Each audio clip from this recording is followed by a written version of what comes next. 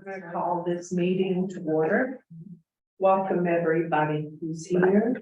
The minutes are included from last time.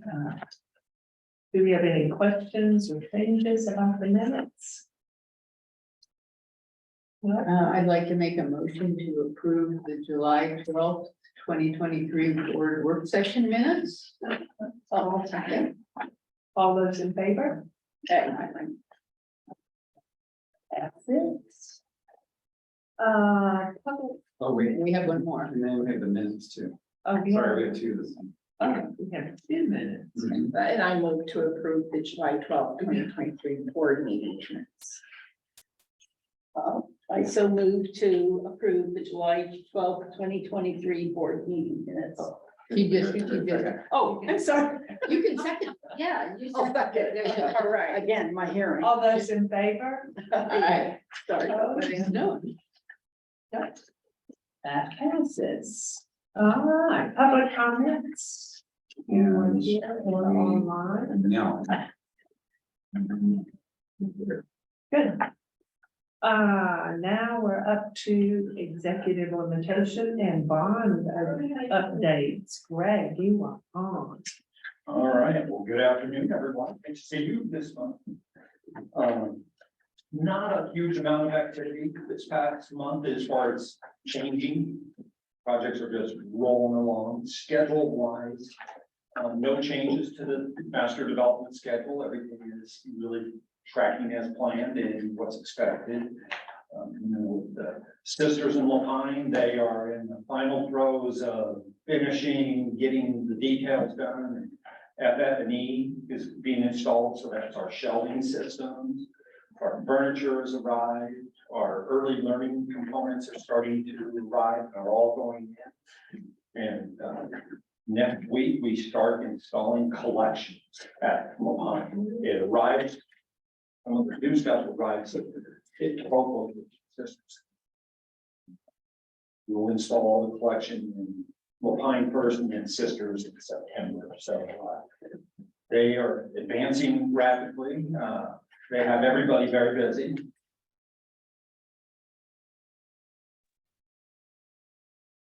It's a good busyness in my mind. You know, that's where we want to be, getting ready for open there. So next month, we're going to be talking about open, right? Because when we meet, we'll be just getting ready to open Malkin, and sisters will be right behind that in early October. Exciting news there. Sun River is getting prepped for start of construction. That happens after those two open. And so it'll break ground, really start the demo. We'll close that in October. And Sun West, our GC, will start right at the end of October, 1st of November on the new project there. We'll be moving the trailer over in late September, early October from sisters over to Sun River. So there will be some activity at Sun River mid-September on through October of getting utilities ready for the trailer, and then setting up the trailer and doing all of that. So that's progressing right along. We're finishing up the permits on Sun River for our building renovation as well as our temporary trailer county right now. So the county and our architects, steel architects in this case, has been conversing back and forth about questions and comments and where we're at there.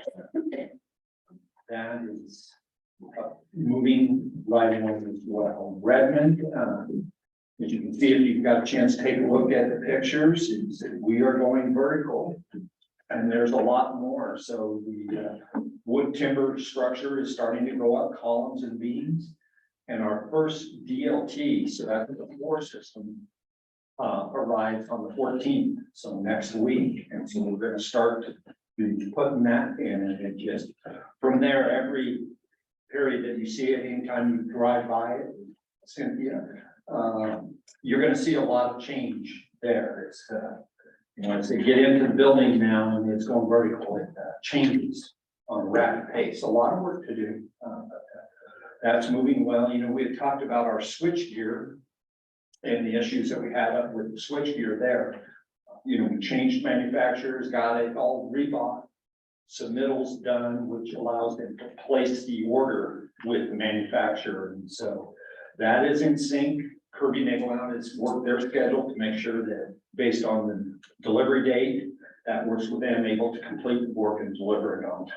So right now, we're not anticipating any delays. You know, there's always little things, challenges they face with getting parts and pieces, and they're really good at addressing those situations as they come up, coming up with a strategy and a plan of how to deal with them. So it's a pleasure to work actually with both contractors. They've been very nimble. They're very partner oriented in how they deal with us. And so that's been a very positive thing. Throughout a development and construction project, you face challenges all the time. And it's how you deal with it. We're real happy with the team, both on our design team as well as our construction teams.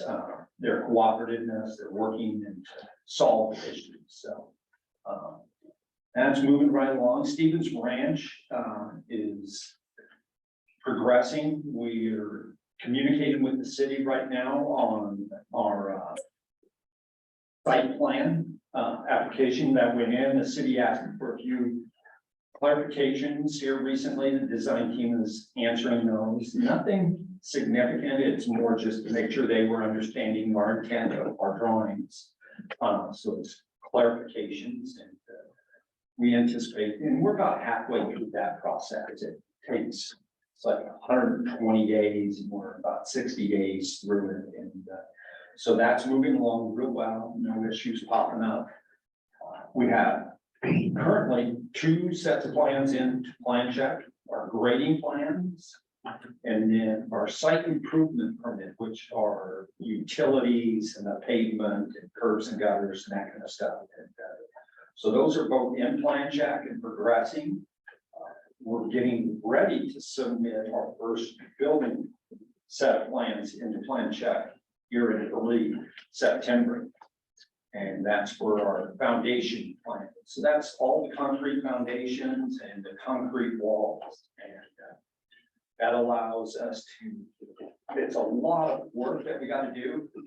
Then, you know, probably 4 months of work after the grading that we go through on all these foundation systems before we start the other main building work. So that'll come with our full building. So the city and Miller Hall, they're setting up a pre-application meeting, which is just the design team and the city plan checkers meeting, talking about the project, how it's coming in, what's in the application for the building permit. So again, good progress. It's moving along. Not seeing any challenges or issues there. So from a schedule standpoint, everything seems to be tracking well. No changes, of course, to downtown Bend or East Bend at this time on the schedule. The table hasn't changed at all either at this point. I think one thing that relative to schedule that I will be looking at with our team is after we're done with Sisters of the Pine, we really want to look at how we overlap construction activities with our FF&E installation and collection installation, which is when you move operations into the building. And make sure that how they integrate together, it seems appropriate.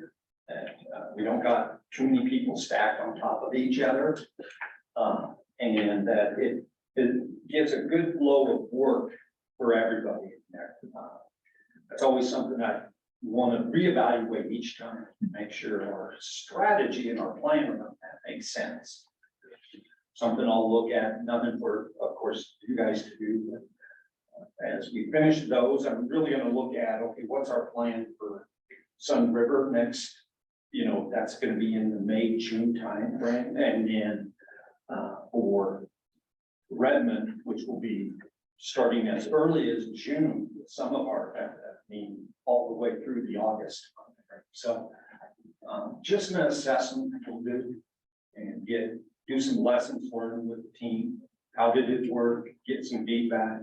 It's always good to hear from DPL, from staff, how's it work for them, right? It's their building, they're the user, so we want to make sure the process works well. So that's kind of the upcoming on schedule. Budget, there was literally, I didn't make any adjustments or changes to the budget this month, everything's tracking well. Right now, the big item out there is the Stevens Ranch budget, and how we're doing on that with construction, and we had a review session yesterday. And with our DD plans, we budgeted that, we're in budget. And we use a matrix that we track for alternates and adjustments that we want to make to the design. Some of them are adding, some of them are deducting cost. And the contractor's always looking at, hey, can I build it a little more cost effectively and deliver you what you want? Is there ways? And they work closely with our design team. That's trending to where we're keeping it under budget, which I like, because you always need a little buffer, right? And so we've got that, but it's also positive in that we're not having to delete anything and program to get into budget. We're really able to maintain the project as anticipated and planned. So always can change as we move through the process, but that's going really well. So I'm very happy with that. I think the other elements of the budget around Stevens Ranch, whether it's furniture, the shelving, those two, again, we're checking them as we go and not seeing any big concerns or any surprises there. So our contingencies are holding really in a good position. And so I think the next big round of budget check will be, we have a 50% construction document set comes out in September. And we'll use that to do another budget check. Again, just constantly be watching our dollars so that there's no surprises. And so we'll work through that. Redmond, well into construction. That's moving really well. We're not having big surprises or anything coming up. So contingencies are holding well there. So we're real happy with that. We're going to be putting out our furniture package for Redmond out for pricing. That's being issued this week to us, the final documents from the design team. So that'll go out. We'll probably be talking about that in October for authorization to award that. And that's a big piece. That's, well over $1 million worth of furniture and furnishing. So that'll be another big chunk. We will have with Stevens Ranch, the very first, how we have done our GMP in phases on these projects. We're going to do that again with Stevens Ranch. We have the first round out for pricing right now. And so that'll come in to you guys in October and for that. So it kind of meshes with our budget check happening in September and final pricing for some real key subs that we want on board early to work with us on ordering long lead times, lead materials, things like our switch gear, our DLT, and our heavy timber, and then working with the contractor on Kirby does a plan. It's called BIM, and it's building information modeling, and they literally design out where every pipe ductwork goes. So it's the electrical system, mechanical, and plumbing. And so we're bringing those subs on board with us to help start that process early. We started a little bit later on Redmond, and Kirby has asked, hey, we'd like to get that going sooner, so we have more time to work out the details, and they can spend more time with the design team, really making sure it works out. Every time when you do that, what we're trying to eliminate is potential future costs, surprises, generate change orders, and time delays. So a good strategy. So that's going to be all put in place there. So those are Redmond and Stevens Ranch budget-wise are probably the most active. Sun River is all bought out. They're just set up, ready to go as soon as they've already started awarding all their subcontracts, Sunwest has, and getting some mills done so that we can order switchgear early, so we can order mechanical equipment early and get them here. Because those are the challenges we had on Sisters of Pine. Just the delivery times that we're seeing now from the industry. It's affecting all of our projects throughout that we're doing. Just that part of the industry, especially the electric section, is very just overloaded with work and availability of materials. So those are things we're really focused on. So not much else on the budget side. Chairman, contracts, have a couple things to go through. We're cleaning up some change orders with Miller Hall. Now there's one summaries I sent you. And then we'll also talk about the Redmond Parkette, which is that little sliver of land between DPL and the city's line for police stations. And those are really about the only active things there, other than what I said about the furniture going to be bidding in, on Redmond. So entitlements, that's my, from a design standpoint, I'll say Stevens Ranch design has progressed really well as we've come out of design development that we looked at last July. And they're full speed into construction documents and really starting to dig into all the real details, fine details of how we're going to build it to finalize the technical drawings, which are CDs for plan check and for final pricing. We've gotten into some great detail of finalizing all the shelving, how it's going, and the early learning comes in right behind that, with that, and same with the furniture. And so all of the interior finishes are starting to be finalized and refined. They all blend together, how the building finishes look versus the furniture, the fixtures, and that. So we've had some good work sessions this past few weeks with the design team on that. So those things are all moving, progressing as planned. They said on Redmond and branches, there's really no design activity at this time. We're done, we're just building, and which is a great place to be. And again, nothing really on downtown Bend or East Bend at this point. So those are there. Processing from the financing standpoint, our draws are going in, we're funding that, not having any real changes or anything of interest there to report. So, which is always a pretty good thing. Attached for the meeting minutes, or I mean, photos and stuff. You know, out at Stevens Ranch, the developer has started building Santorini Street. So that's the street on the east side of our property. They've already got, so they have their permits for 27th Street and Wilderness Way. And now they've got their permit and they're going on Santorini Street. And what that means to us is Santorini is where our utilities come in. So our water and our power and communications and that. It's also where they are building their bypass road so that they can close 27th Street and do all the utilities out there. And so it's good progress to see on their part of what they're doing out there, where they're at with permits. And you can really start to see that if you see the video, they've actually cut the roadway in there. And so our piece of property really starts to stand out. And you'll see a bigger change because they've been grading like crazy out there. They're grading all the residential lots around us as well as part of that package. And so good progress there. They're moving right along with everything. So we're tracking to work as they get Santorini done. And then that's what helps us get to our close at the end of the year on the piece of property and close escrow. So that's moving. Questions? It's kind of everything I got. I had a couple. So right now, the plans, the Stevens Ranch location, that those plans are with the then planning committee, is that correct?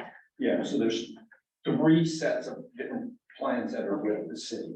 And so, right, the very first set are with them at this point in Yeah. time. Okay, Yeah. and you're saying within 60 days, you expect those? To be finalized. Okay.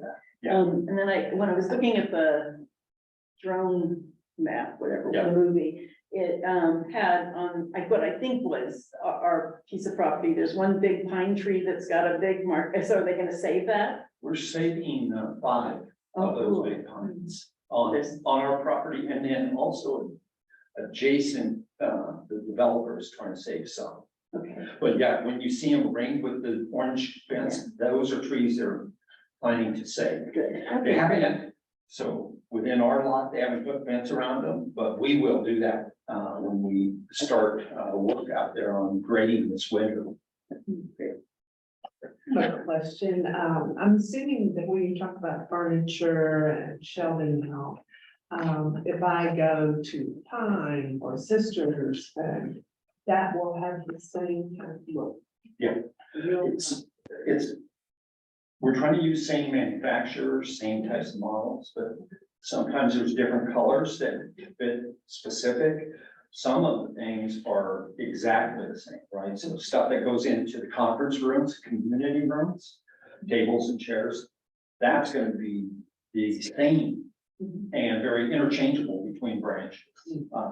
Office furniture, I think it's generally the same. So there's a lot of consistency that will give the district that ability to move it between facilities if they see the need in the future. Anybody else have questions? Thank you, Greg. Great.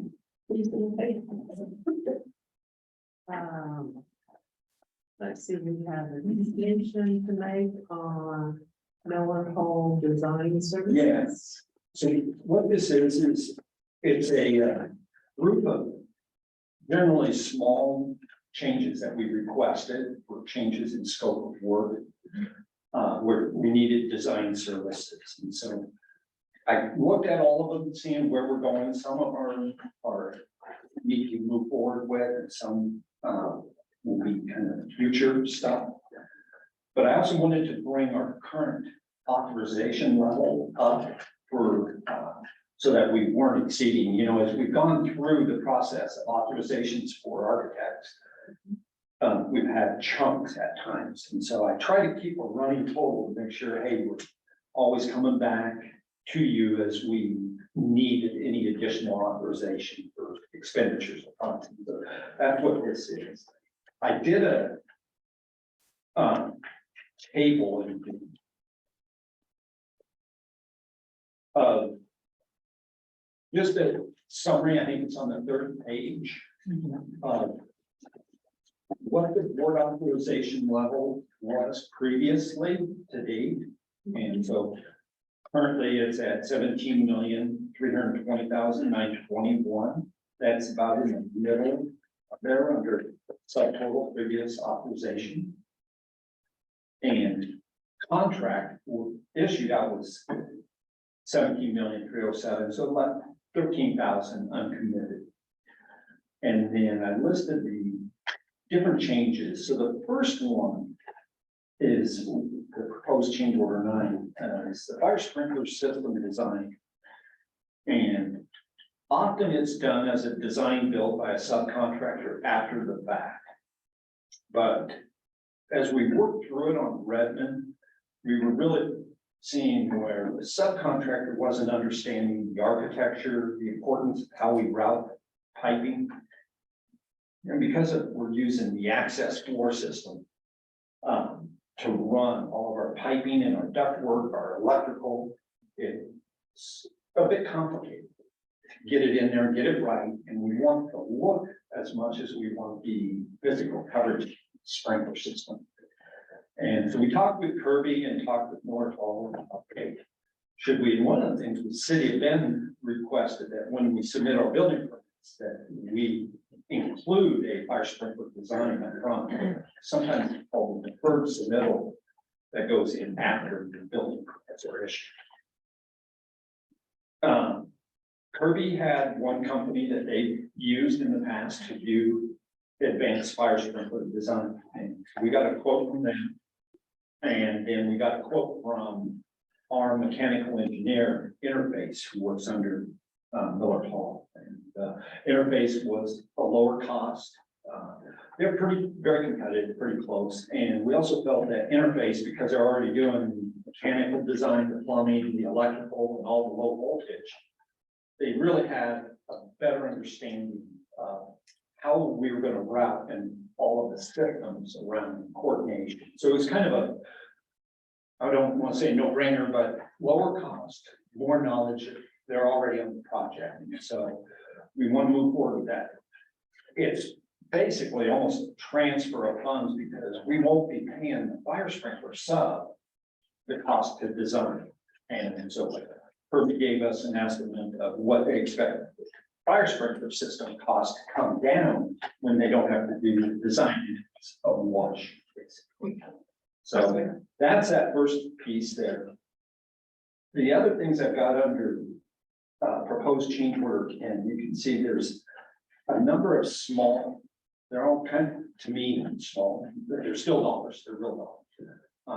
Some site plan revisions we requested on Stevens Branch, and that was refinements where we had a design and we came back and said, no, we want to change this, and this.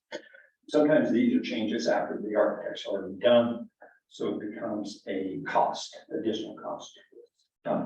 Signage design and shelving design, as we really worked through, particularly on Sisters and Lapine, it's really fine tuning what the district wants in the signage package, because what we set there becomes our standard for every library. So like furniture, all the signage will be identical. Maybe some color changes, but the messaging will always be the same. This was changes that we wanted to do. Same with our shelving.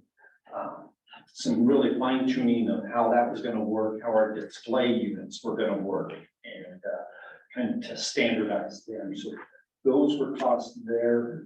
Energy grant, they helped us process applications for some energy grants. That was the $1 million grant that we received. So sometimes you got to spend a little money to get the money, and that was that. Some landscape construction, it's construction administration. That's where the landscape architect is available to do site inspections and help issues. When we initially set up Miller Hall's contract, the anticipation of landscape work on the branches was thought to be going to be fairly minimal, and that we wouldn't need extra support.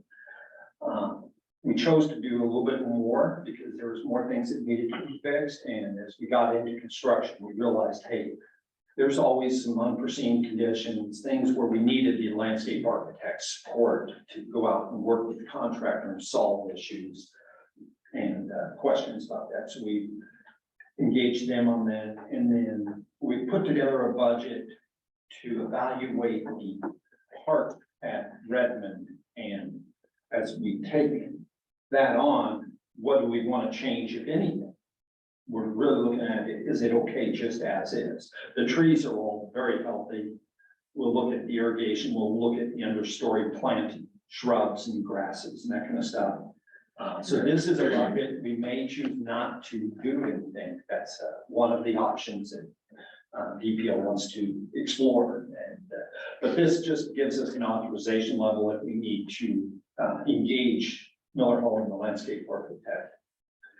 I put in an additional authorization of $25,000 there for miscellaneous things like this that are similar. That sometimes they pop up, and it just allows us to authorize Miller Hall to proceed on those things. They'll give us a proposal, either a P&M not to exceed or a fixed fee proposal.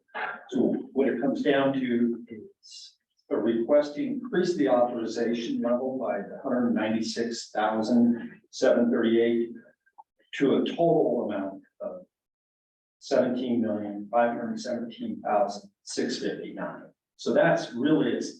And so that's that new top end number that I'll monitor as we go through.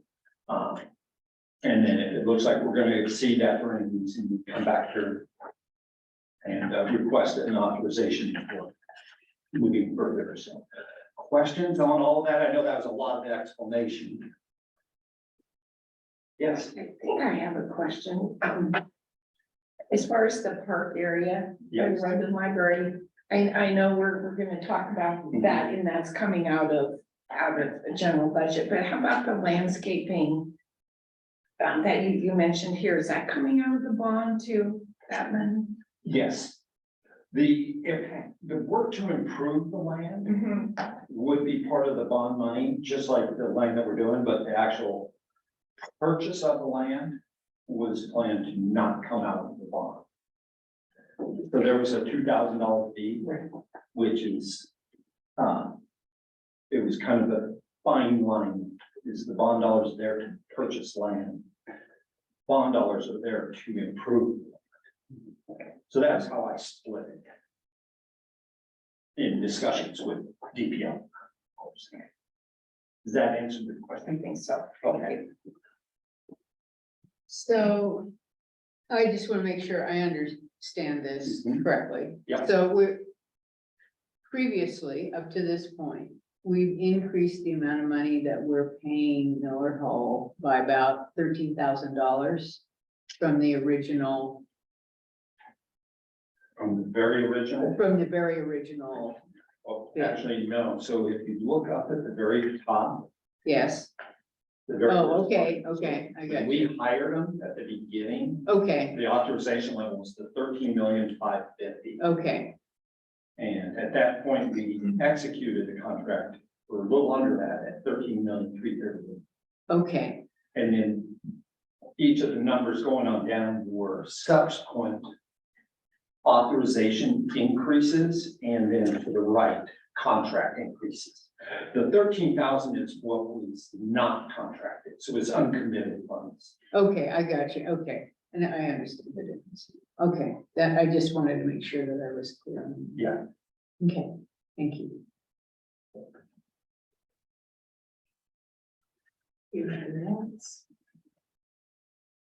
We do that.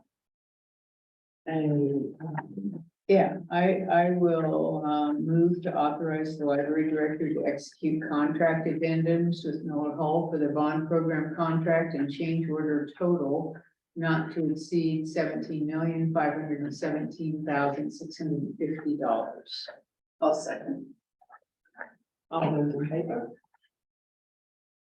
Opposed? Motion passes. So the second one is the actual purchase of the park area. And that's the existing parkette that's between the library and the police station. Currently, about a fourth or a third of the park is on the library's property. It has been since they transferred that land to the district. And it was really when they decided they were building their new police station, which they've already commenced that project, and they're gonna be selling the police property. And so we had asked them, well, what happens to the park? And they said, well, there's nothing that says that the buyer can't just do whatever they want. And so there was an interest, and they wanted to see the park remain with the sidewalk and the trees and everything. That was the library's interest, is let's maintain it and keep it going. And so the city said, hey, we will help do a lot line adjustment and transfer the land to DPL. They do it at as you can see, a $2,000 fee, and it's kind of a minimal fee they charge. They can't do it at zero. And that was consistent with a couple of other similar type situations that the city did there. And so they proposed that it's really well under market value if you were buying land. So it's really that nominal fee. And so, but because it's a land purchase, it does require the board's approval and authorization for, if I said that correctly. Yeah, I have a budget authorization of $150,000, but I cannot purchase or sell real property for approval, so, which makes sense to I will highlight that this one area, that was one of the first things I did, starting to work with Public Library, is work with the city of Redmond to get this park going. And it's definitely, I think, a great benefit to us to keep it, otherwise, whatever comes could be right up against our property. And it's a nice feature alongside our library. How big is it? I should pull up. It runs the length north to south of about 2/3 of the overall lot. Oh, okay. Yeah. That's a little- And are the trees gonna remain? Okay. Yeah, Just- trees yeah, because will- it just creates kind of a nice buffer between the Yes, two pieces yeah. of property. Yeah. Yeah, the trees, the sidewalk, the lighting for the lawn and you know, with the irrigation system, we'll want to tie it into the new irrigation controller, so it's all automated. And make sure that the irrigation pipe and fittings and stuff are updated to match what the rest of it is. I think the only thing that we would look at is, what's the conditions of the shrubs and plants underneath the trees? So there again, a question about cost of maintenance and upkeep for that. I mean, is there going to be, I know we already have part of that, but then we're adding on to that. So will there be an increase in the cost of maintaining that piece of property? In terms of maintenance and upkeep for the landscaping, Yeah. we don't anticipate that there would be a significant increase. There might be some nominal increase for an addition of extra hours of labor. Okay. But in terms of the plantings are all consistent. It's not like we're going to need to seek out specialized Right. knowledge in order to maintain all of that. All right, well, that doesn't really show you much. It's just basic, it's a little strip right here. That's Currently, we have been providing power and water to that okay. property for the last 20 years. So Yeah, that's what I was gonna ask, Yeah. is who's supplying the Yeah, utilities? that was through an agreement. Okay. So it's not a big change for you. The motion. I move to authorize the library director to execute a lot line adjustment and payments of $2,000 transfer of the city of Redmond's portion of the parkland to DPL. All those in favor? Opposed? Motion passes.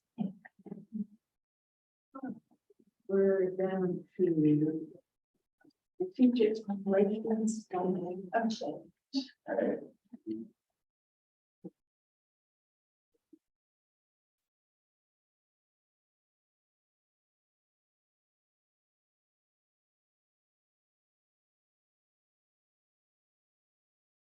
Okay, so exactly 11 months ago, last September, Sara Brang joined us and talked about our brand new strategic plan, operations plan for 22-24.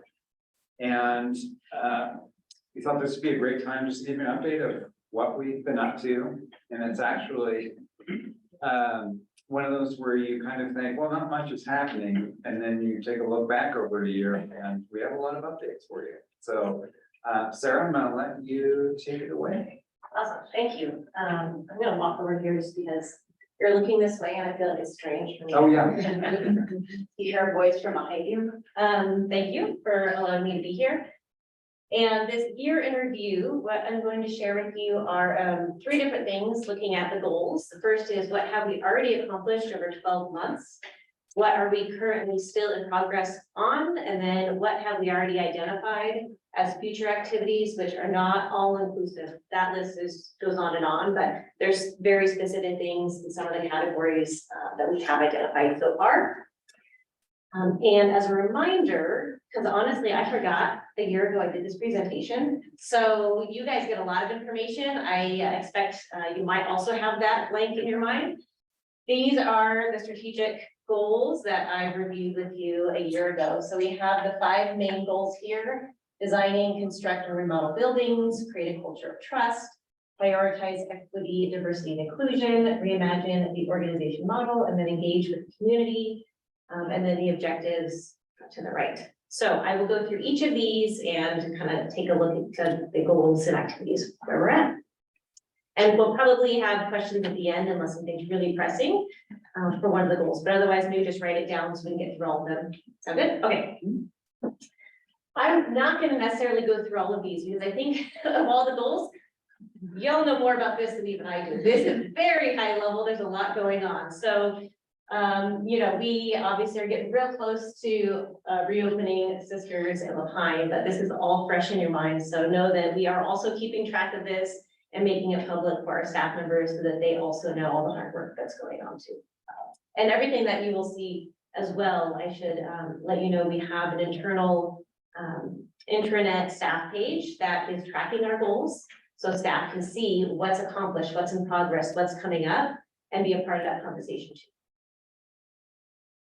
All right, so create a culture of trust. This is a really huge bucket, it can be a little ambiguous. How do you create trust among your employees so that they feel confident and comfortable actually speaking what's on their mind and contributing to the goals and feeling really passionate and happy about their work? So this is going to be an ongoing goal even after the strategic plan is over. But what we have done so far is with the update of the mission, vision, core values, and creating the EDI vision, that process, as you are aware, we've spoken about this a lot, was done with the entire organization. We had a lot of feedback and meetings with staff. So this was not top down, this was kind of spread out amongst everyone. We did form an employee advisory committee, and we have staff members on that committee that represent the different functional areas of the organization. So that includes library operations, which are staff working in the branches. We have library services, so our librarians, and then everybody in this building administrative. And we meet once a month. Todd's in there. We're going to start having some other managers join as well. It's a very open forum where management gets to say, hey, here's what's going on. What do you think about it? Like share your feedback from your perspective. And then there's split time where the staff member is going to come to us and say, here's what's been going on. And there's been some really amazing conversations. And we're to the point now where they have verbalized and said, like, I feel completely safe and open sharing things. And it's not always pleasant stuff, but it's stuff that needs to go back to the management team. So it's been really effective. We have completed district-wide fundamentals of feedback training. So this happened last year with 2 of our outside consultants, Viva, who you are familiar with, the EDI consultant, and then her partner in crime, Michael. And I think you might have been Michael as well in the past, but he does a lot of executive coaching. So the 2 of them had sessions throughout last year over like 6 months, and all staff got the same training. It was mixed amongst all staff members. Didn't matter what your level was, your position. So we all went through that. And then we have since taken that program, and I have implemented that into our onboarding program, and we just finished the first cohort so that new staff get that same information. And then every 2 weeks, I put out reinforcement because it's an ongoing process, learning how to communicate and provide both giving and receiving feedback. The committees and project teams would really work to diversify those and include staff at all levels. Jennifer is coming up later and she'll talk more about that, so I'll just leave it there. We launched an internal traumatic event response plan, and this was something that was also in partnership with Viva and one of our current project teams, the internal communication project team, where Viva provided us with some recommendations, and we figured out as a team, how can we roll this in for DPL? How could it work so that, you know, we obviously serve the community, and if there's a traumatic event that's going to affect our staff, we can't ignore it. So we need a process in place where staff at any level can raise their hand and say, hey, this happened. Are you aware of it? Why aren't we talking about it? And making sure that we have that open transparency. Support staff attendance at OLA and the SSD conference. I saw several of our board members at the OLA conference, so this was another opportunity for staff to actually attend these conferences. Yeah. SSD is Support Services Division. So it's a great conference that brings in kind of your frontline staff that normally wouldn't get to go to a conference like that, getting together with other people in the state and going over. And then recently there was a party in the park, and that was a huge celebration that focused a lot on Wayfinder. You know, that project took a very long time, took everybody in this whole organization, and so it was a time to celebrate, which again goes back to trust and feedback we got from staff. That's one that it seemed strange to highlight a party, but it was the first time in 5 years that we were able to bring staff from across the district together. We had planned different events, about 3 or 4 over the last 5 years, and always got shut down because of COVID. So it was a really nice chance to celebrate that.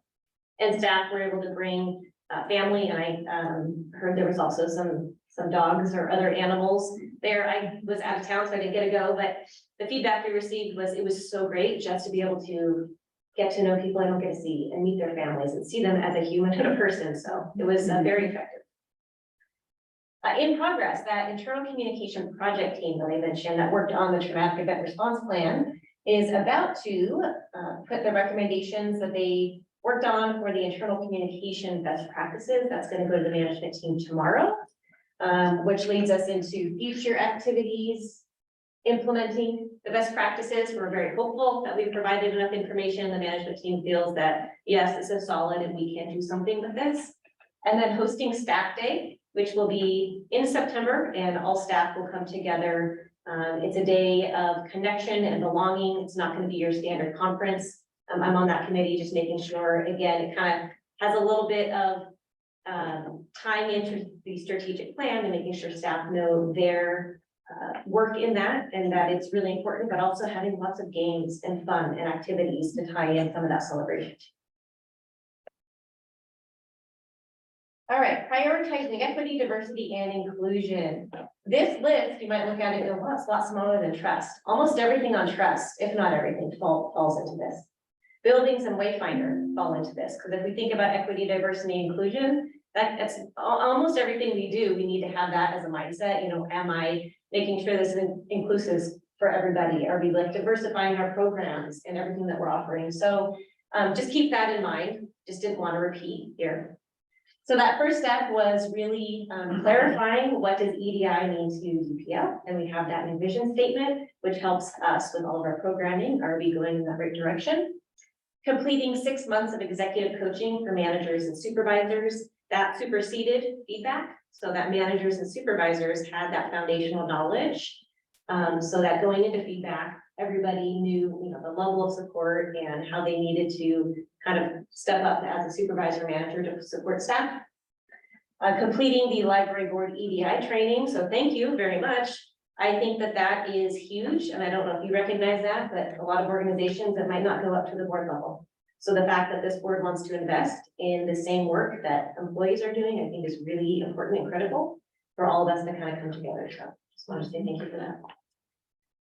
Redesigning the talent acquisition program. So this was looking at the whole picture and how EDI, how we can improve with the EDI lens, and that's from recruiting to interviewing, hiring, and onboarding, and every step in between. And we did a relaunch of that entire program, implementing the bilingual pay differential, and then adding Juneteenth as an observed paid holiday. So those are all the accomplished pieces.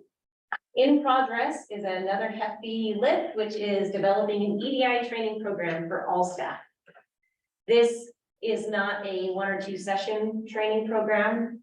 What is being worked on to be proposed is a multi-year program to provide the foundational and also tiered levels of learning, so that somebody can come in and get the basics and then be out of it, become an ally and really know how to support and be an advocate for themselves and everybody around them. So this is going to be a big effort that then the future would be to launch it, and knock on wood, we're hoping to get some dates and things solidified with, you know, next year being able to launch this program. All right, next goal, reimagine the organization model, which Todd will talk a lot to. So I'm not going to get into a lot of detail, but recommendations have been completed by the project team that worked on this. They're being reviewed. And then, you know, obviously future would be actually implementing what has been decided on. And then the additional piece that goes with this are stay interviews. And I know, I think I've talked about it in the past, but stay interviews are a little, it's like the flip of an exit interview. So an exit interview, you sit down and you say, hey, what was it like here? What did you like? What could be improved on? And then they leave. A stay interview is incorporating those questions while you're here because we want you to stay. We're trying to avoid the exit interview. And this is another big lift because that means having conversations with every staff member on an ongoing basis. And so this is a program that we're hoping to implement in the future as well. All right, the last piece, engage with the community. As far as accomplishments, you know, the mission, vision, core values, EDI vision we put out on the public website. There was also conversations and presentations out in the community. We have branded those vehicles, which are beautiful. Oh my gosh, it's so much fun to see those. I love it. And then obviously facilitating a lot of presentations around the bond project. Again, this might be one where you're going, this is so fun, what's going on?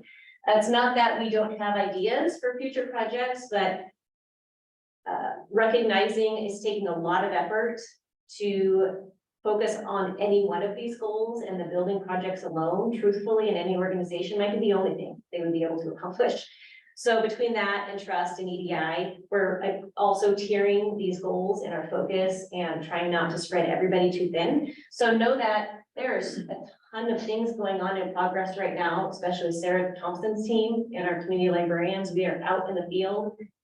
There just have not been project teams sitting around looking at this and going, okay, specifically, what else can we do? What else can we do that we aren't already doing? All right, now I'm gonna allow you the floor. What questions do you have for me? Questions. I don't have any questions, but I really feel like your whole plan, it really is gonna open up communication, make everyone feel like I have a voice here, I can say whatever I think, but I love the stay interviews. Is that something that the group came up with, or is that No. something that's going around in I the? wish I could trademark that. No, it is a term within HR. So it is Okay. within the human resources world. It is not, I wouldn't say it has been around forever. It's still kind of a newer concept. Yeah. And, but you know, like I said, it does take a lift. So we're just trying to figure out how we can implement that, because ideally those interviews are not with human resources. It might start out that way just to launch a program, but it is with the supervisor. So you have to, it was one that we said, you can't just go out with it right now, because we have heard from staff and we know that we need to build up trust and feedback and all of these pieces. So we have to build that up in order for a staff member to feel comfortable talking with their supervisor saying, here's what I need from you to make this an even more meaningful position. And so we're kind of, you know, in that process of tiering and really building up to that. So I would think if more organizations would adopt that, then more people would stay within an organization because they feel like I'm actually helping to improve the place I'm staying. Yes, great. I have a question. Are you maybe bracing for wayfinding? Do you anticipate that once it's out there and people walk into the library, there's going to be a lot of questions and turmoil, right? Well, first of all, it's out there. So, yeah, it's been implemented for the last few months. What will be really interesting with the opening of Lehigh and Sisters is buildings that were designed for Wayfinder. Because right now, Wayfinder has been shoehorned into buildings, so that'll be the next piece. yeah, When people go in and look for the new desks. right. Yeah. And we are hearing that. So one of the pieces, the employee advisory committee has been really great. And there was a session all about Wayfinder from staff in downtown Bend and East Bend, because they're dealing with those initial gut reactions of, I can't find what I'm looking for. This is horrible. I can't believe you did this. And it takes time for any person, whether you're really excited about it, and it was your idea or not, to be comfortable with something and to know it's okay to be uncomfortable and learn something new. So they are experiencing that. And of course, we're trying to support everywhere we can with additional communication. And to Todd's point, you know, Lehigh will be the first library that was designed for it. So that is another hurdle, that the two libraries that have implemented it that was not how they were designed. So, you know, there's some struggles there. And then of course, you can't say, oh, it'll take 3 months or 4 months, because our community might come in, there's people who come in once or twice a year, right? Or I came in today, but I'm not gonna come in for another 6 months, and then you gotta restart over, right when you think you're doing great, you got a whole nother rush of people coming in, so. Yeah, ongoing change management. I didn't realize that it had already begun in those two libraries. So,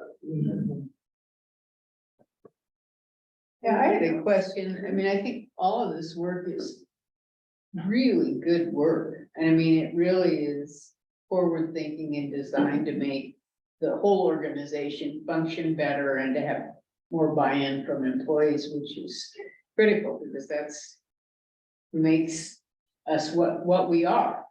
But how, and I liked all the parts about integrating people from all levels of the organization within these committees and within these teams and making sure that people that are, say, on the floor have a voice and can say, this is working, this isn't working, or have you thought about this?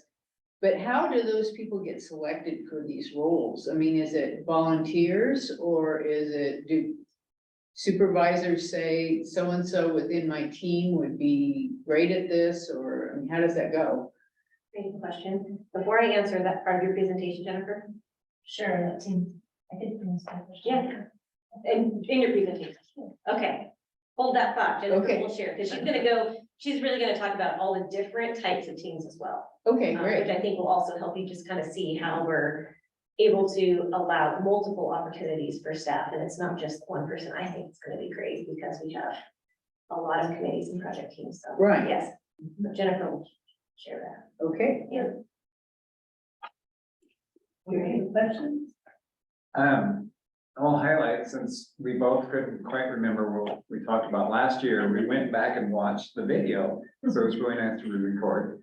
But in that, we talked about how we didn't want this to be a strategic plan that gets put in a binder and stuck on the shelf and collects dust. And so I'm very happy to say that that is not happening. Yes. And a lot of kudos to Sara, who really kind of just monthly, she comes to us at the management team meetings and just says, all right, what have you done? I'm just tracking it. And that really helps us kind of keep on track throughout the year. Thank you. Thank you. Thank you. Okay, and then I'm going to, okay.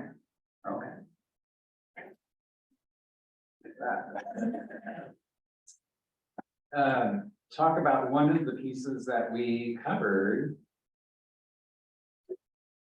There we go. And okay, so one of our goals, a big goal, was organization reimagined. And so that again was a cross-functional team from across the district. We went to that team and said, we know our community is growing. Our collections are going to be growing, the number of buildings we have is going to go up. And we need to make sure that our organization is set up for success going forward into the future. And so just a small task for a team to say, just go ahead and plan our future for us. So this team is a cross-functional team, and we'll talk a little bit how they get on there, but I just want to highlight, there's a bunch of these teams that we've been doing. She talked about a communication team that's sending their final report, and I just previewed their final draft this morning, and it's really impressive. And it's so exciting to see the ideas that are coming out from all levels of staff. And when we talk about this, it's so much more powerful also to go to staff and say, we have a significant change coming. And it's not just coming from above, but we've worked on this together with your coworkers, and even having them in the room when we were presenting it, explaining how they got to ideas. It's really powerful, and it's creating a much more vibrant product on all of these projects. So it's really exciting to see that starting to take effect. And even the feedback training, it's just a different tenure of how, when we're presenting things, you can see that that level of trust is starting to go up, that people feel safe asking really difficult questions. And knowing that they're safe to ask those questions. The Reimagine team basically came back, and I'm going to share with you a plan for a new organizational chart. And I'm just not gonna hand it to you yet, because I know as soon as I hand it to you, I'm gonna lose your attention. Just know it's coming. But there's some significant things that are happening right now. Well, I will share one piece, and that is to understand our current system. That is, we have one assistant director, Lynne, who's over library operations. And there you go, just get a sense for what it is.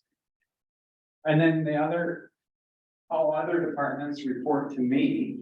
And knowing that as we grow, that is really stretching us thin, especially when we start adding in new buildings.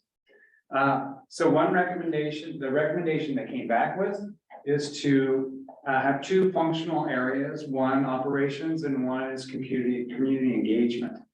And with a new assistant director for community engagement. So we'll be doing that. Human resources, business services will still be reporting to me. Library operations and technical services will still be reporting to library operations, just as they have been. And then we will be adding a new assistant director of community engagement. The communications, will also need a new communications manager because our new assistant director is going to be Chantal Strobel. And that is a really great move for us. Chantal has basically been operating as an assistant director for the past few years, and this is really acknowledging that. And actually, I'm really excited about this change because it's really going to add a lot of attention to the community engagement part. Our e-services will move under Chantal. Tina Davis will be our new communications manager. And our library services, that's our librarians, will all be reporting to Assistant Director of Community Engagement. And then the last piece is looking at IT, moving to operations, and we're just reviewing the final details on that piece. All of this will happen on September 23rd. You may have seen us do strange changes before where we do things on the 23rd, and that is because of our payroll system. It makes things much cleaner. That's when we move over into the next month.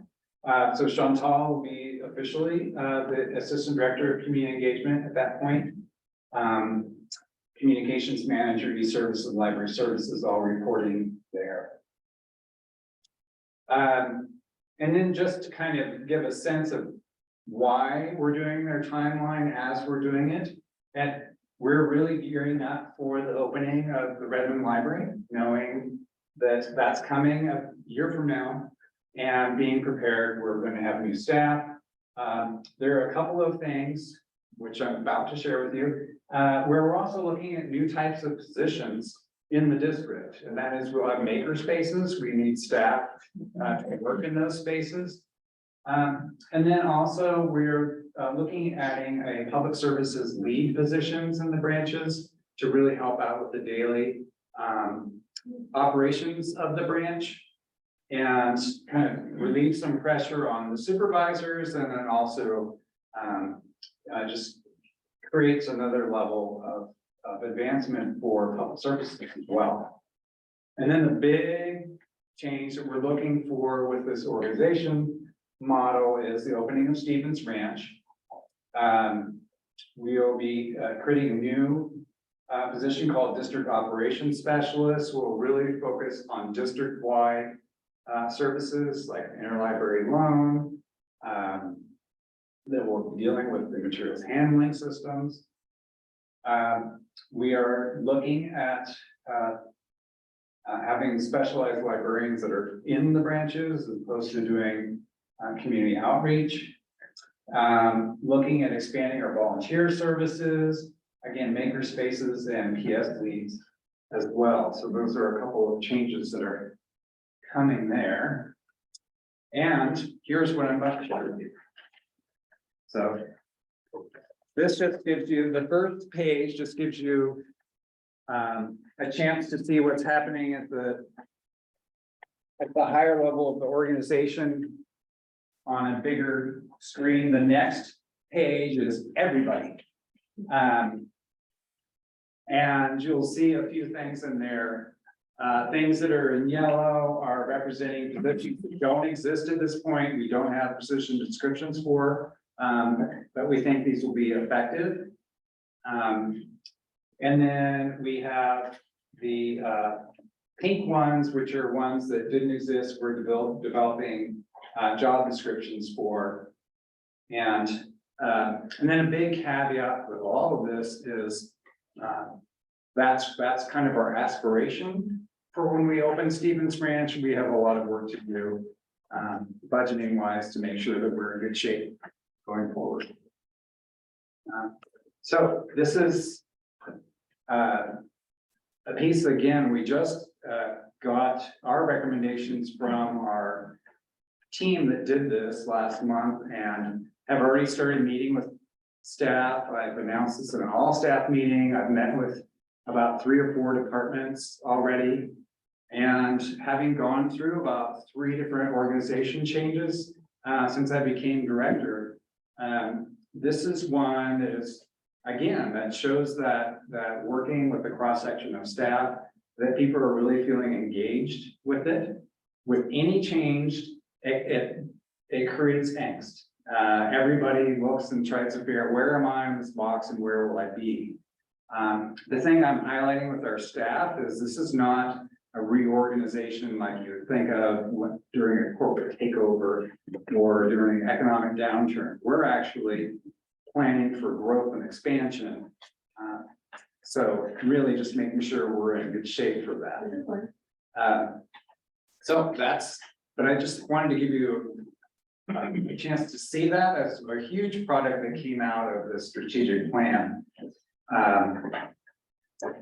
And it's just a great example of supporting the strategic plan of actually setting those goals out and starting to work on. It seems far off a year or 2 before you do it, but here we are, and it's I think it's going to put us in really good shape moving forward. And has the staff seen all this? Yes. Yeah. Everybody is on board. Most people are very, yes, it varies, depends on which person you ask. But even people that may have concerns have been very, very upfront about what is happening. And most of the concerns are really about, how does this affect my position? And unfortunately, some of those things I can't answer.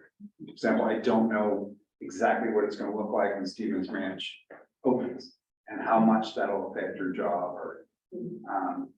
But it was very well thought out. The team that actually did it, was a 14-page paper, and they, for each position change, they went through an analysis of here's some positives of this, here's some things that could be pitfalls, here's some other things to consider, and that really has helped people out.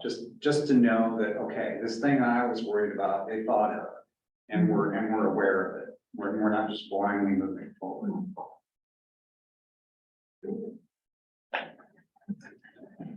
Feels very forward thinking as far as I'm concerned, kind of looking at, it's gonna be a different situation. Your DPL is gonna look very different when all these buildings are open, so that's great. Yes.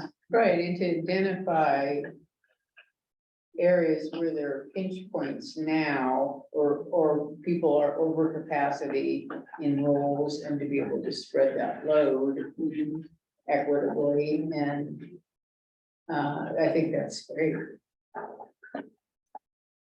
It's really good. Make this a study then, but I would just.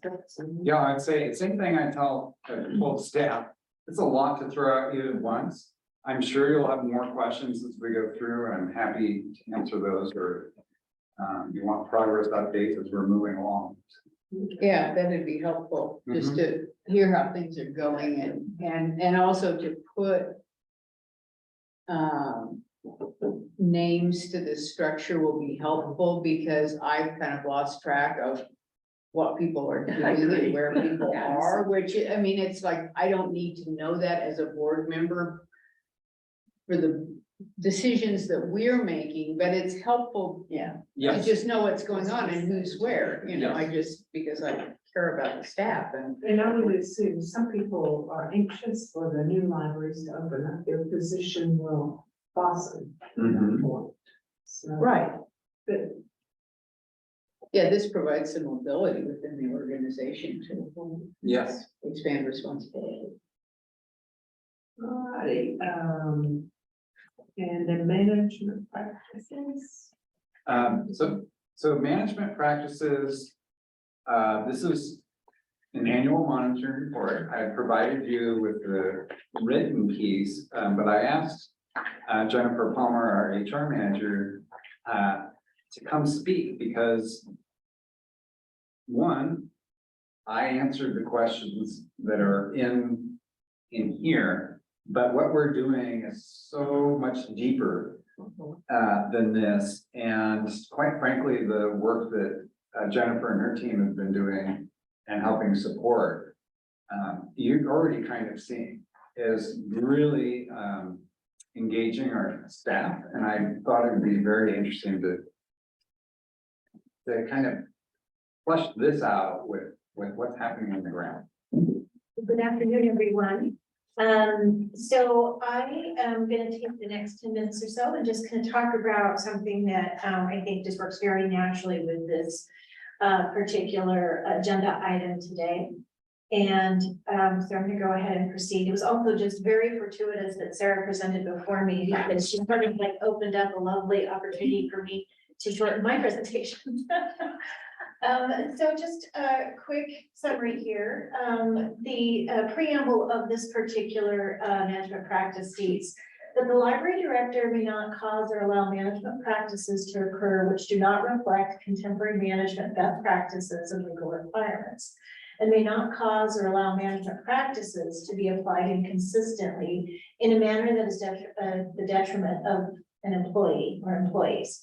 Accordingly, he or she will not fail to implement collaborative management practices that support a climate of trust throughout the organization. So when Todd approached me, I thought, well, let's talk about this collaborative piece, because really the place that we're really trying to exist right now is this spirit of collaboration and building that culture of trust amongst our staff. So what I wanted to focus on in terms of how that manifests is discussing some of the district's various staff action teams, project teams, committees, and just some of the collaborative work that's completed in these forums. So as Sara had discussed in her presentation, one of our district's 5 district goals is creating a more inclusive environment where staff feel engaged and free to contribute ideas and impact the organization. And then in order to do so, we have to create requires the presence of psychological safety, which I've defined here. And that really is the belief that someone won't be punished or humiliated for speaking up with ideas, questions, concerns, or mistakes. At work, it is a shared expectation held by members of the team that teammates will not embarrass, reject, or punish them for sharing ideas, taking risks, or soliciting feedback. Now, if you're of my career arc, one of the things that I learned when I was in my graduate business program was the issue with the Challenger explosion. And they actually turned that into a case study about what happens when you don't speak up in a group. So that is its most logical extreme. But that really comes back to fostering that sense of psychological safety, where the group feels, or people within the group feel, I'm included, I have a voice, I can speak up, my contribution matters. Oops. Okay, so, first let me describe for you the COVID-19 impact on collaborative work. It was really bad. So, kind of rolling back our dialogue back to March of 2020, it took us just a matter of days to mobilize ourselves out of the brick and mortar environment into a space where we could attempt to operate virtually. And then within that prolonged time period that nobody foresaw coming, really the emphasis and the focus with working a lot with our staff was number one, keeping the organization going, but number two, really existing in that space of emergency communication. So if any of you have ever been kind of in a chain of communication or a chain of command where there's an emergent situation and the communication out of almost necessity becomes very transactional.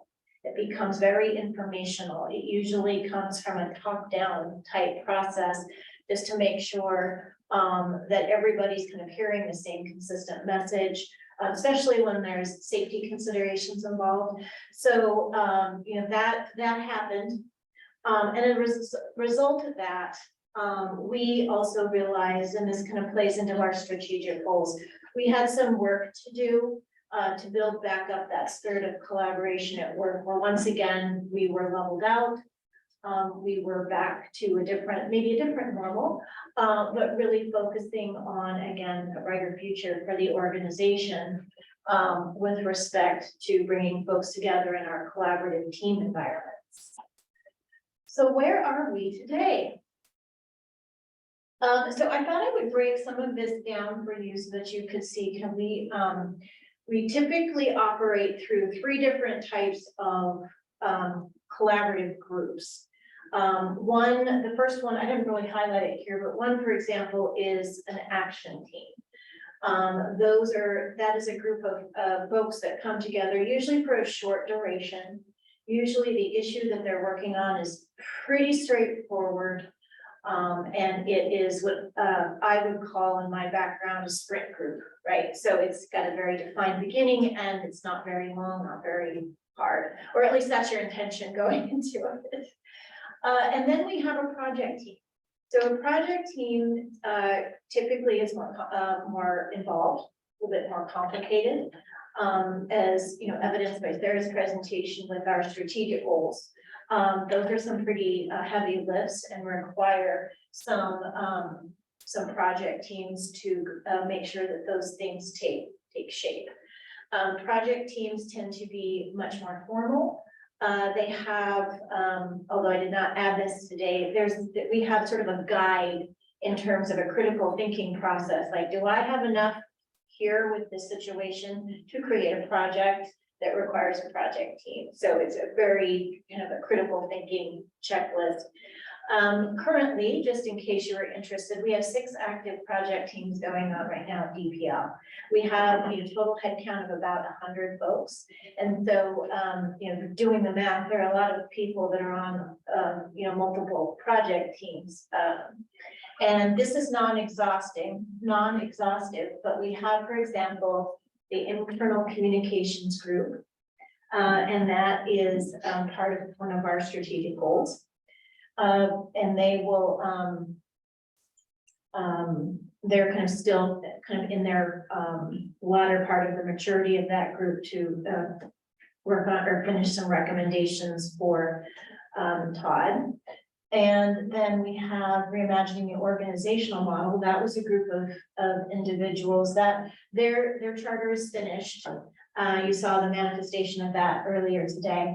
And then staff day, which is the group that we have that's kind of putting together sort of a reimagined focus on our all staff coming together opportunity later this fall. So I'll get through the rest of this and then I'll answer Anne's question about how do people come together? Functional project teams, although these are my definition, not this isn't something that's really a DPL definition. But then you have things that are absolutely vital to operations, right? Without which our library needs these types of projects in order to function operationally. So we do have a group that's gonna be working on our customer service model. Okay, that's a big one. Reclassification, the recent Wayfinder project. That was a huge project and really a gold standard for what a project from imagining to completion should look like. Typically, a project can last anywhere from 12 to 24 months in a project team, so a little bit more involved. And then finally, we have standing committees. And these are committees that, for what, that are just part of our DNA.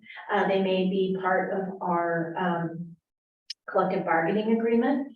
And again, this is non-exhaustive, but the standing committees, for example, would be our Employee Benefit Advisory Committee, or EBAC. That's a group that's comprised of union represented staff and management representatives that get together for a period of time every year and kick the tires on our benefit offerings. We also have Fit Happens, that's a fun one, that's employee wellness. And we have representatives in this situation at every location. And then our Employee Advisory Committee, or EAC, and that's really goes back to Sara's presentation on building that culture of trust. We started this group about a year ago, and really it's getting a cross section of folks coming together, providing feedback on some of the big chunks that are going on within the organization. How's it going? How can we improve? What needs to be adjusted? What are you hearing? So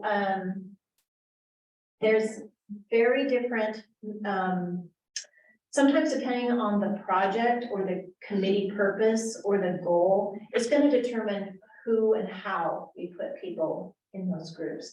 So for example, I'll choose an easy one because it's one that I chair. It's the Fit Happens Wellness Committee.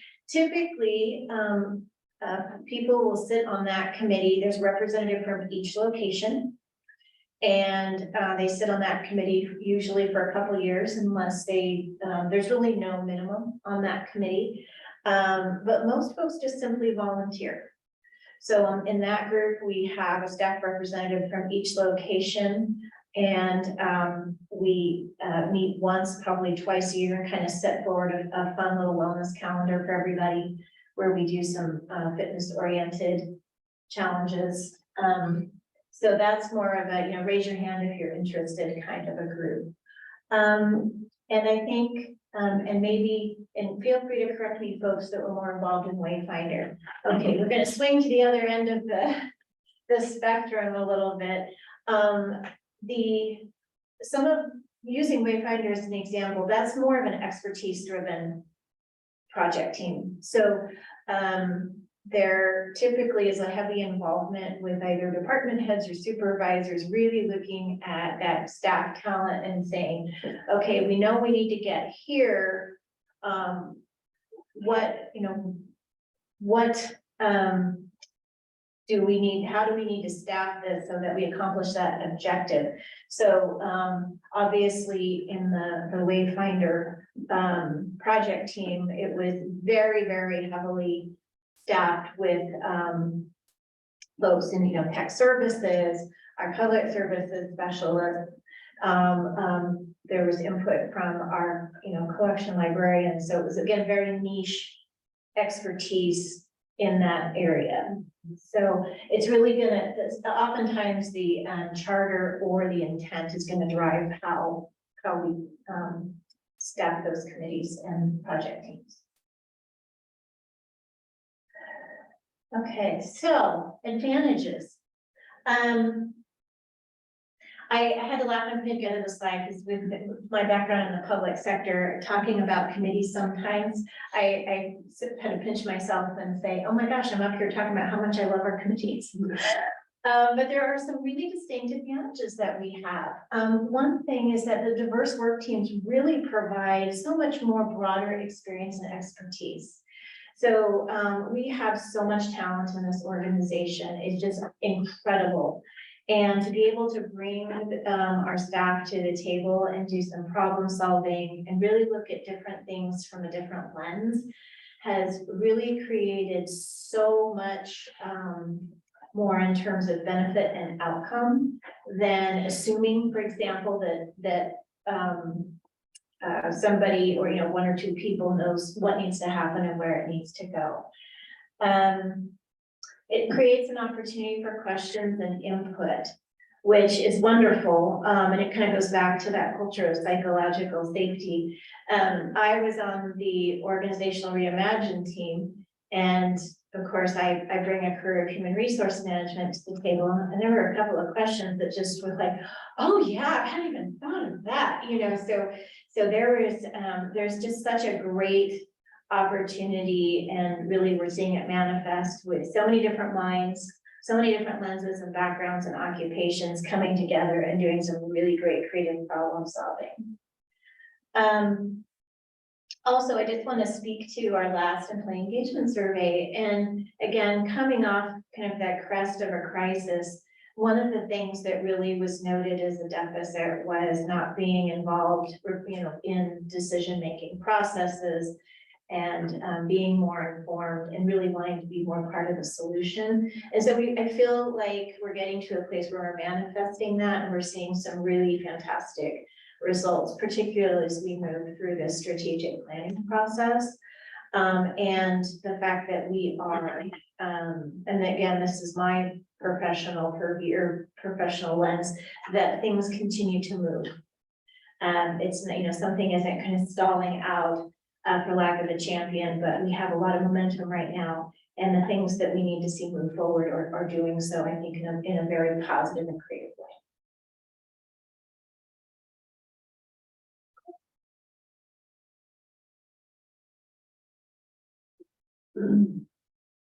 I think it sounds wonderful, actually.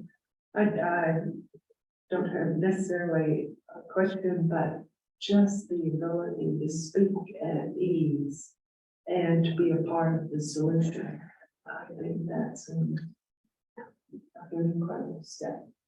Appreciate that. Thank you so much. Thank you.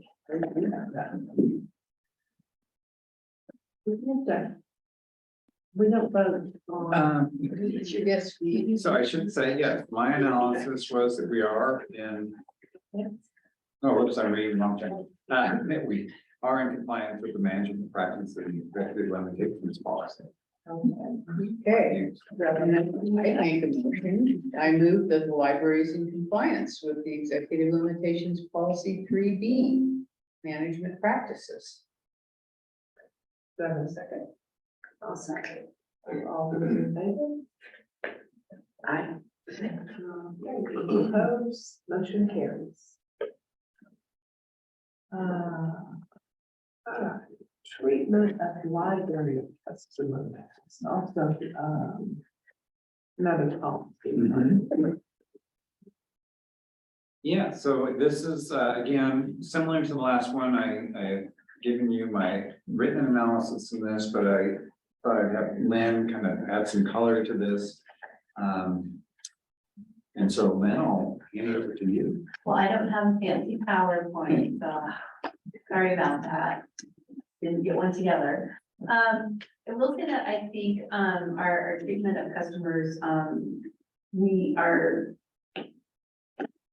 staff, our teams, the people, our supervisors, all of it, I think it really shows in the, especially like in the focus groups that we hear from and the comment cards that we get about, their library is the staff. And a lot of that comes from how they are met at the door, how they're treated when they have questions, their readers' advisory suggestions, how they are being shepherded through trailers and temporary locations, and being alerted through social media around, cards through buildings. Yeah. I think a lot of it is we know, and I think our staff, all of our staff are very committed to providing the best service to our customers and treating our customers with respect. And I will say that we have one of our bigger documents or administrative rules that we rely on as a library is our code of conduct. It hasn't changed a lot over time. It has really stood very well over time and has served us well over the past many years. I will say the updates that we do to that tend to be whatever the state of Oregon decides to make legal. So we have to adjust sometimes for when marijuana became legal, and now we have psilocybin that we need to probably look at this and see is there something in there we need to adjust to. But for the most part, everything has been going pretty well with that. We, on the other side of the coin, for our customer code of conduct is also our customer service administrative role, which is what customers can expect from us. And again, that has served us very well too. In that the staff, again, a commitment to enriching life for all of our customers. And then constantly evaluating our programs, our services, our resources, and how we can better serve our customers equitably and be inclusive with a lot of what we do. So I think we'll just stop at that and see if you all have any questions. I'm wondering, I know during COVID, there was some problems there, animosity, and I just wonder, has that sort of shifted now to the culture of book banning, books in controversy, and people, the culture of hate speech? Has that? We have not, I would say that it hasn't increased any for us. We haven't seen above and beyond. I mean, I don't think COVID really impacted that. I think what you see happening in society as far as like anger and what people are getting angry about, of course, we experience that here as well. But our staff go through training, and it's a yearly annual training, and they're always encouraged to do more training to learn how to de-escalate situations.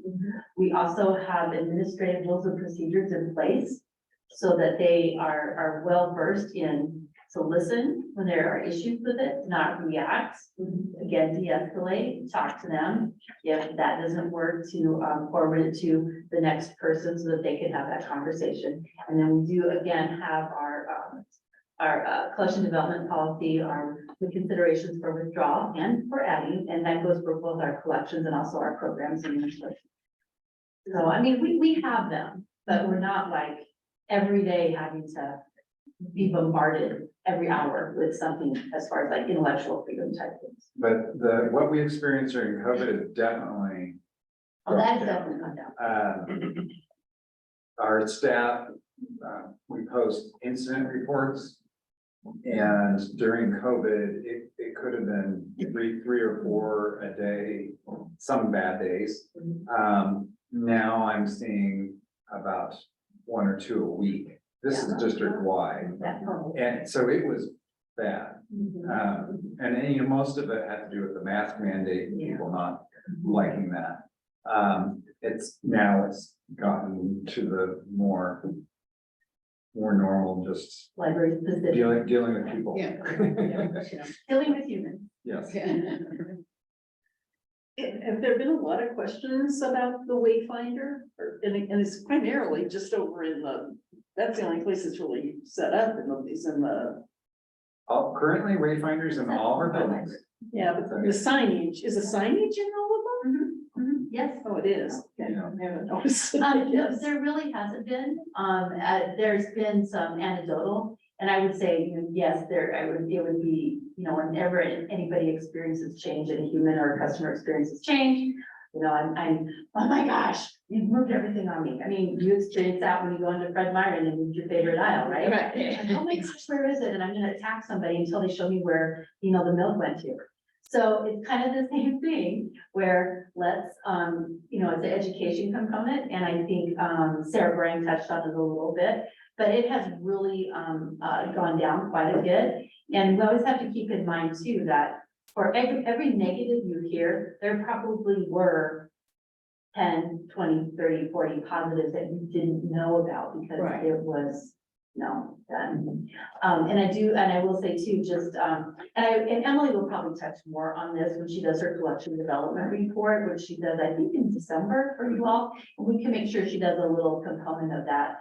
It's a little early yet with gathering statistics, but Wayfinder is really doing what it was meant to do on a couple of different levels. One, our circulation is going up. I think within 30 days, our circulation went up 4.5% overall. And some of the collections experienced double-digit increases. So it is doing what it is meant to do, which is be a browse to encourage people to say, oh, there's this book too. Oh, well, I can take this one as well. So that part of it is working really well. And then I think the other thing we need to also keep in mind with Wayfinder is, and moving away from doing, was to move away from the systemic bigotry and racism that was kind of embedded into doing, which, you know, you never really kind of knew, but it is always there. And Emily always uses the religion part of it too, the 200s where, you know, almost all of it was about Christianity, and then you had this little bit for everything else. So, but I'll make sure that she talks a little bit more about that if you have questions about it, and maybe we can even gather some questions prior to that, just so we make sure that we touch on everything that is with Wayfinder. But no, I haven't seen anything come through the webmaster now for weeks. We don't have any comment cards. So, and the staff, if they have things that they have questions about, they've been going directly to tech services and they've been addressing them. So, wow, it's good. Yeah, I think that concept of for all the people who speak up, there are so many more that don't, that say, oh, I can finally find. I'm finding all these things I didn't know were there. Yeah, and yeah, as Todd mentioned when we were talking about buildings, I think when the new buildings open up and you can see how Wayfinder is meant to work, it's gonna be, I can't wait for the Yeah. Okay. It is All exciting. right, thank you very much for those. We are to library news. Oh, let's see, we do need to vote on We have to vote on this. Okay. My conclusion is that we are in compliance with the treatment of library customers and executive litigation law. I'll move that the library is in compliance with the executive limitations policy. Is it 3I? Is it what? 3I. 3I, okay. I'll second. All those in favor? I, Opposed? Motion carried. And, what about this customer code? Oh, those are just showing that we do have policies, just supplement, I'm sure. Okay. Yeah. Okay, well, now we're at library news. Okay, let's see, I'm trying to find my news. While I'm finding the thing I'm looking for, it's found it. Lynne, can you just give us a quick update on what's happening in Lehigh and Sisters? yeah, lots. Next week is a big week in La Pine.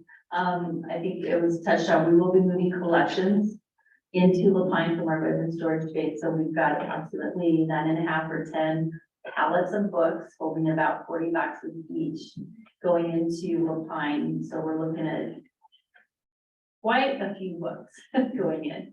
That happens on Monday and Tuesday. And then we will have staff showing up then, and we've got a lot of staff. We've got our technical services staff, our administrative staff, our community librarians, anybody who is a body and has time is going to be going down to La Pine, and we're going to start shelving books in Wayfinder. The shelving is up, everything is really looking fabulous. The big dates that we're looking on, and I have to put a big asterisk here because everything is dependent on a certificate of occupancy issued by the city of La Pine. That is the only thing, well, not the only thing, but it is one of the things that could hold up some of the opening. But we do hope to do what we call a soft opening to the public on September 19th. And that's really when we just quietly open the doors and we start unpacking a little bit of the things. We undo some of the things that we've done in Sierra. We start making things visible again, and we just kind of ease into it to test these systems to see how they're working, if they're working right. We hope to do a grand opening on Friday, the 22nd, and Chantal can tell you more about that if you're interested in that. But I lost my train of thought. Oh, the certificate of occupancy. So that's again, what we're kind of holding on to and waiting for. I will say, with La Pine, there will be some things that might not be perfect when we open up. And the reason for that, we put La Pine before Sisters because of what happened to their temporary space. So it's gonna be one of those things like, it's not perfect, but you're gonna have access to your collections, to your books, like our signs. Our signs might not all be in place. The emergency ones, the ones that are required, you already know this, those will be in place. But like the collection signs, I don't know if we're gonna have those all in place right away. So we might have to just do some paper signage for a minute. But everything, it'll be safe, people can get in there. But it's just those little minor touches that we will still be working on full time, because the key thing was, let's open you up, let you get in here. Use the Wi-Fi will be working, the public computers will be working, everything will be working. It's just kind of those final touches. So, I don't know that we would normally open something like this, but it was kind of like, we need to get the Low Pine community back up. And then Sisters, will be opening up the following month in October. We have a little bit of time on that, so it will be closer to being finished. We're kind of placing our bets with the signage on that one, but it will be very close. The soft opening for Sisters will be October 10th. Again, that's to make sure everything's working. And then the grand opening on Saturday, the 14th. Yeah, and again, I'm very excited to open both of these buildings. Do you want to talk a little bit about the grand opening? Yeah.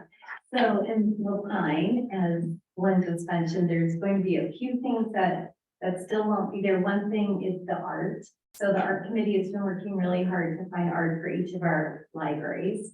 They decided to hold off on La Pine just because of not, number one, getting in the way of the good work that needs to get done to open up that building as fast as we could. So there will be art going into that building, but probably not until closer to maybe December. Also programs, just one other thing, we're holding off on doing programs until December 1st in both Sisters and La Pine, just to give staff some time to understand the building, that we can practice with the new like meeting reservation system, things like that. We'd rather it fail on us and we figure things out than it fail on the public. So just two other side notes. In terms of the grand opening events, we have set up for kids, we're going to have face painting and a balloon guy at both locations for our grand opening, as well as live music. And then we're looking into a possible craft of some sort, working with CLs to get something set up for more adult oriented, to something kind of fun and light that people could do. And of course, we'll have community leaders present there for the grand openings and the ribbon cutting and all that good stuff. So pretty much similar agendas for both Sisters and La Pine. And then Sisters, which is really fun, because we were able to kind of extend that time when it's going to open. We will have art ready to go just like 2 weeks maybe after the opening. It's really beautiful.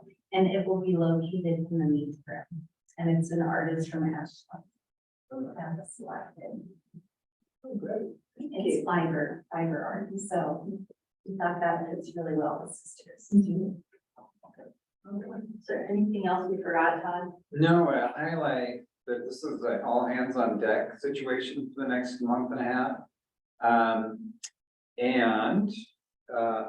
September is usually when I present the results monitoring report, which also is all hands on deck.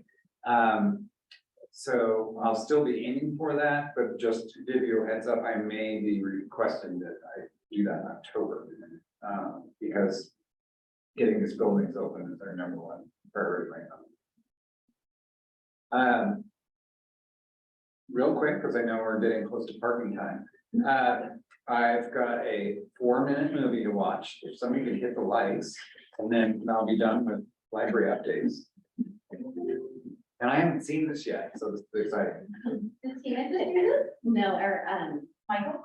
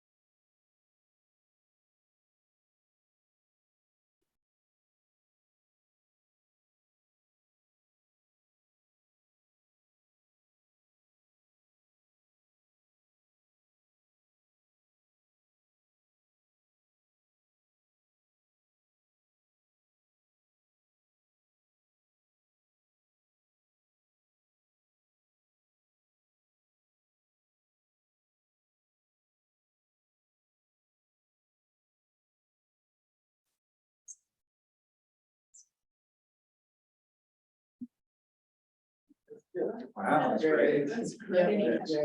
That is, produced by a guy, and he works for the library named Michael Rivera, and he works in the communications department. He's amazing. His skill is like LA film level. He's really, really good. And then Dana and Tina helped with the script and everything else. Something really sweet is that Dana, who also works in communications, is organizing a day where those ladies get to meet the staff.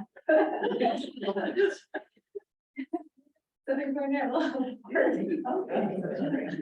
Yeah, so they'll have a little party, get to know each other and, because they all have not met each other, so, yeah. That logo that you saw is like 2 logos old. Go. Yeah, oh, we need to get years old, so, we're updating our back. But I saw that, I'm like, oh gosh. I know, I just. Those don't have exactly. I was like, wait, That video's on our YouTube channel. Go to YouTube, type in Deschutes Public Library, and you see a lot of Michael's videos. Yeah. Thank you, and thank Michael and Dana for sharing. Great. That's it. That's it for library news. Foundation news, and People are just working away. Yeah. So, good. yeah, nothing big to report.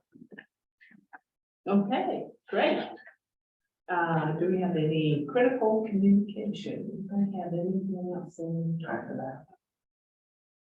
No, I didn't see, usually, part of that is just to see if there's anything that we as from the board need to get out or get any press release out. I didn't see anything from this meeting. Self-review. Amy. I thought it was a great meeting. Always love hearing all the progress that's being made on the buildings and how I just get the feeling of what all it's such a huge project to undertake with all the moving parts and all the levels of things that need to happen before the first concrete is poured or nail is pounded. And so it's very comforting to know that things are moving forward in a very logical, well-planned way, and that the money is in line, and that's always essential. I mean, that's our part of the picture, is making sure that the money's being spent correctly. So I appreciate all that level of detail, and the staff reports were incredible. I mean, it's like, this is just, I feel like we're in this whole season of advancement, of reimagining and change. And I think that's wonderful, because it is a mature organization, and to get that momentum going again and to say, how can we be better, really takes a lot of work on the part of everybody in the staff. And it's showing great results. I mean, this is fascinating. So thank you to everybody. Great reports. I really appreciated, it's kind of your report and Sarah's and Jennifer's and Lynne's all kind of came together to show how the library is just really moving forward in a really positive way. I always appreciate hearing from Greg too. So it's good meeting. Just kind of want to echo Ann and Cynthia, but I did want to say I really appreciated Sarah's report on the strategic plan. It really illustrated that it's just not an exercise that the library is going through, because you really are showing some concrete results in actions. And so, again, our staff is just incredible. And I think the strategic plan is really taking advantage of all the strengths that the staff brings to this organization. No, just, I feel the same way as you, hearing the staff reports. A lot of this is, I've been so busy with the building things. Being able to rely on such a strong team is so rewarding to be able to say, hey, I'd like to see this happen, and have this amazing products come out of it in directions that I never would have come up with on my own. So that's great. And thank you, Greg, for just tracking us through all these building projects. It is truly amazing. We summarize down, Greg does, to a little report, hours and hours and hours of meetings and emails and every week. Just the fact, seeing the buildings just about to open and the Redmond going up, it's so rewarding to see that, oh, all that effort wasn't just futility, it's actually achieving something. Well, I would reiterate everyone too. I always appreciate Greg's report, and when it comes through that, oh, well, it's fine, there's no changes here, that's coming. Yeah. And the strategic plan, that positive, requests of the positiveness of it between staff and management to, actually get people out to speak about it, to speak their mind and to be comfortable with that. That is magnanimous. I think the training to de-escalate problems, I'd love to take that one. And the fact that Wayfinder isn't that big of a deal. I'm so impressed. And kudos to all of you about the early opening for mine. I know that's probably going to push in, but that's great. And then lastly, I think that film shows the detail. That little card frame is just not something you can see every day in every library. The detail and the love of what you do. That's impressive. I think all of the staff do that, so thank you. Anything else? Aha. Adjourn. Oh, Ann and I have. All right, you have 4 minutes to get I your know exactly. Run for your lives. And to think well, because I had to be here, correct, so.